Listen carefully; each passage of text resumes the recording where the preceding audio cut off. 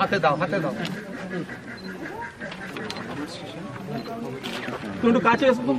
Camera ঢুকছে বাবু। না এটা হচ্ছে গোঘাট থেকে এটা হচ্ছে ভাবা দিঘির এটা দিঘিটা বুঝতে পেরেছেন তো? হ্যাঁ এবারে এই যে এইভাবে এসে মানে ওরা এইটা দিয়ে খুঁটি গিড়েছে খুঁটি গিড়ে দিঘির পাটটা পর্যন্ত মানে এখানে একটা বাবলা গাছ ছিল এখানে লিখে দিয়েছে ইয়ার বলে লিখে দেওয়ার পরে আমাদের কিছু মানে আমাদের অংশীদার দিকে কিছু চেক করায়। কতজন সেটা? সেটা কতজন বলতে অংশীদার হয়তো 270-80 জনের মতো, মানে টোটাল অংশীদার ভেঙে হয়েছে। আমরা প্রথমে অংশ ছিল সেটা ভেঙে 271-72 জনের মতো। ঠিক আছে, ওতে ফটো নাও না। এবারে আমরা যখনই কিছু চেক নিয়েছে নেওয়ার পরে ওই 2000-5000 করে চেক দিয়েছি। এবারে আমরা জানি যে পাটটা দিয়ে যাচ্ছে 2000-5000। পরবর্তী ক্ষেত্রে সেই পিলার চলে এখন যেখানে দেখাচ্ছে, হ্যাঁ এই যে এইভাবে দেখাচ্ছে। আগে এরকম ছিল নকশাটা? হ্যাঁ নকশাটা এখনো ঘোরানো ছিল গুগল ম্যাপটা, আর এখন মাঝখান দিয়ে চালিয়ে দিচ্ছে। ওই চেক নেওয়ার পরে এইদিকে ওই পিলার এইখানকে চলে এসেছে। আর ওই কেন এইখানটা কি হয়েছে বলছে এটা তোমাদেরকে এইদিকে ম্যাপটা যাবে এইদিকে রেলটা যাবে না, তো আমাদের তো ওইখানে বলে তো আমাদেরকে চেক দেওয়া হয় না, আমাদেরকে তো পাট দিয়ে যাওয়া বলে চেক দেওয়া হয়েছে। পরবর্তী ক্ষেত্রে পাটটা একরকম দিয়েছে, আবার একটা আমার নাম হয়তো একটা চেক যে পারে হয়তো 5000 টাকা, আবার পরবর্তী ক্ষেত্রে মাই দিয়ে একটা চেক দিচ্ছে। তখন আমরা বলি না হবে না। এই যে চেকটা দিল কিসের জন্য? পুকুরের যাদের অধিকার তাদের না জমির? তাদের পুকুরের অধিকার তাদের অধিকার। এবারে আমরা জানছি যে ওই পাট দিয়ে যাচ্ছে, সেই জন্য আমরা চেকটা নিয়েছি তখন 2009-10 সালে। তখন এবারে আমরা না এটা প্রতিবাদ করি, তখন আমাদেরই এখন যারা শাসক দল তখন বললো না এটা প্রতিবাদ করতে হবে, এটা দিকে বুঝিয়ে রেল লাইন। তখন আমাদের এখানে যারা নেতৃত্ব আছে তখন 9-10 সাল থেকে সেই ডকুমেন্টস আপনাদেরকে দেখাবো। সে 10 সাল থেকে হলো, হওয়ার পরে কিছুদিন এবারে বললো না রেল ইয়ে করা যাবে না। এবারে আমরা মাটি পড়ছে, আমরা তো ওখানে প্রতিবাদ করতে পারছি না। এবারে সব দপ্তরে আমরা ইয়ে করছি, তারা কিন্তু আমাদের ইয়ে কাজে আমাদের ইয়েতে কর্ণপাত করছে। করার পরে এবারে যখন এই রেল লাইনে মাটি ফেলে চলে আসছে তখন আমরা প্রতিবাদ বলছে তোমাদের তো দিঘি পড়ে না। এই যে বীজগুলো হয়েছে, বীজগুলো বোধ হয় 6-8 মাস আগে হয়েছে, এইদিকে একটা ওইদিকে একটা ওইদিকে বীজ হয়েছে। বলছে আমরা এবারে MLA-কে জ্বালালাম, না আমরা মৌখিকভাবে জানিয়েছি, লিখিত কিছু নাই, যে দাদা এটা তো আমাদের কেস চলছে, তাহলে আপনারা যে এটা করছেন কেন? বলছে এটা তো তোমাদের 402 দাগের উপর তো দিঘি, তার উপর তো হচ্ছে না। বলছে না আমাদের হচ্ছে না। বলছে তোমাদের অসুবিধা আছে, এরকম রেল বীজ কত হয়ে পড়ে রয়েছে, তোমরা যদি কেসে জিতে যাও কি কোনো অসুবিধা হয় আমরা এটা ঘুরিয়ে দেবো। হ্যাঁ ঠিক আছে, টাকা পড়ে থাকবে। আমরা সেই ইয়েটি বসাচ্ছি। এখন বোঝাচ্ছে কিছুদিন আগে থেকে, এই বছর ঠান্ডা আগে থেকে বলছে যে না এটা আর ঘোরানো যাবে না, তোমরা কেসটা তুলে নাও। বলছে আমরা কেস তুলবো কেন? তখন তোমরা কেস করিয়েছো, এখন আমরা কেস তুলবো কেন? বলছে না তোমাদেরকে কেসটা তুলবে, নাহলে এত বড় একটা প্রজেক্ট হবে না। আমরা কেস তুলবো। আপনারা আগে কেসটা করিয়েছেন, তাহলে তখন একটা সংশোধন করে নিতে পারতেন যে না এটা জলপট্টা ছেড়ে আমাদের এই একটি দিঘি, এটা আমাদের এই গোটা গ্রামের 200-250 ঘর বসতি এই দিঘির উপর নির্ভরশীল। আমরা শিডিউল বলে কি আমাদের উপরে এইভাবে অত্যাচার হবে? হ্যাঁ, আমাদের এই দিঘির উপরেই আমাদের সব নির্ভর, মাছ চাষ থেকে হাঁস চাষ থেকে সব নির্ভর। আমরা চাইছি রেল প্রজেক্ট হোক, কিন্তু আমাদের দিঘিটাকে বাঁচিয়ে হোক।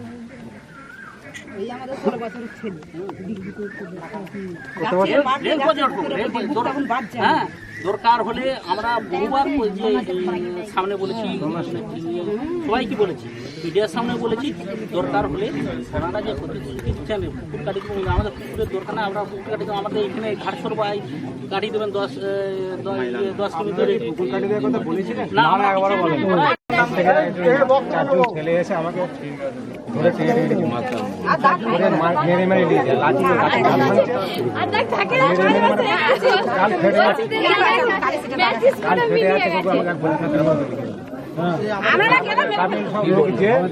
আমাকে বলছে কাজ জমি কথা ঘর আমি ভাবা দিয়েছি।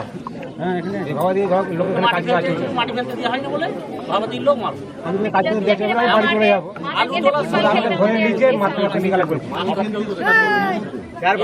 আলু বিক্রি বন্ধ করে দিয়েছিল, আলু বিক্রি বন্ধ করে দিয়েছিল। ভাবাদির লোকের মানুষের আলু কিনা পিঠা কিনে বন্ধ করে দিয়েছিল চাষিদের। আবার এখন শোনা চাষিদের আলু যাচ্ছে না ব্যবসা থেকে যদি ভেবে ছেলে রাখে বাচ্চাদের ছেলেদিকে হসপিটালে পাঠাতে ডাক্তারখানা কোথাও নিয়ে যেতে দিচ্ছিল না। পুলিশ দিয়ে ডাক্তার দেখাতে যেতে হয়েছিল পুলিশকে সঙ্গে করে নিয়ে ওই যে মিডিয়া আমরা এসেছিল মিডিয়া আমরা পুলিশের গাড়ি করে নিয়ে যাই তারপরে সে বাচ্চাকে ডাক্তার দেখানো হয়। এরকম তো কারা করাচ্ছে এবার আপনারা তো বুঝতে পারছেন কারা করাচ্ছে নাম বলি তো অসুবিধা। এখানে সবাই আছে অনেক রকম মিলেমিশে সব রয়েছে কার কি বলবে বলুন তো। বাধা দিচ্ছে এটা মানুষ দেখলি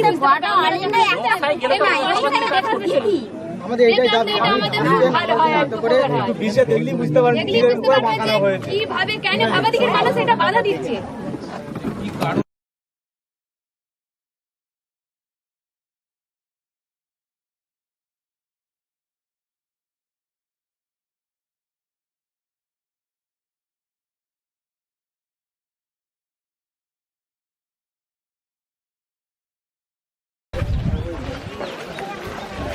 ছাড়বো কি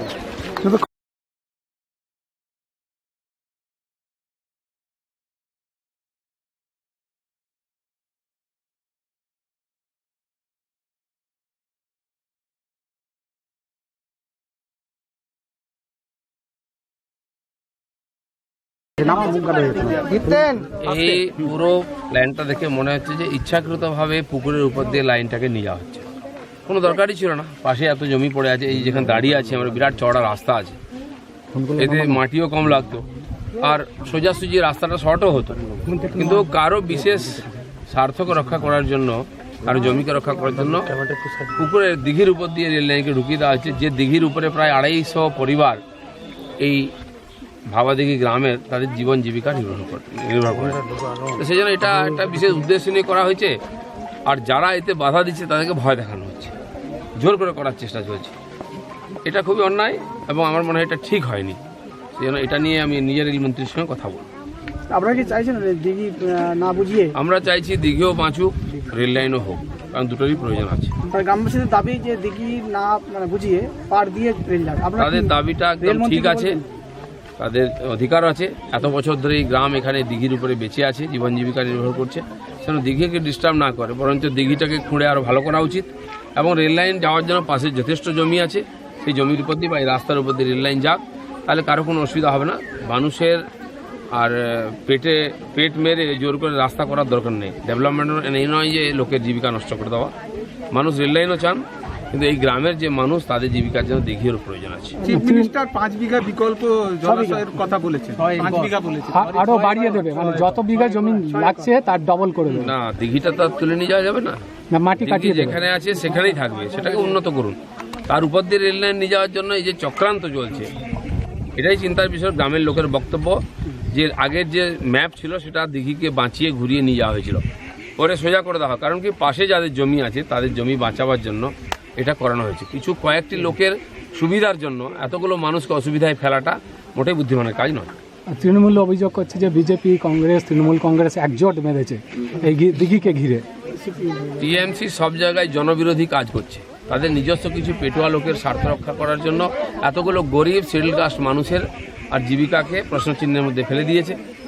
600 বছর ধরে এখানে দিঘি আছে, তারা এখানে কয়েক মাস তাদের জীবিকায় দিঘির উপরেই হয়। সেই জন্য ভাবাদিঘিকে বাঁচিয়ে রেল লাইন হোক, এটা সবাই চাইছেন, কেবল টিএমসি চাইছে না, কারণ তাদের এর মধ্যেই তাদের কোনো না কোনো স্বার্থ লুকিয়ে আছে।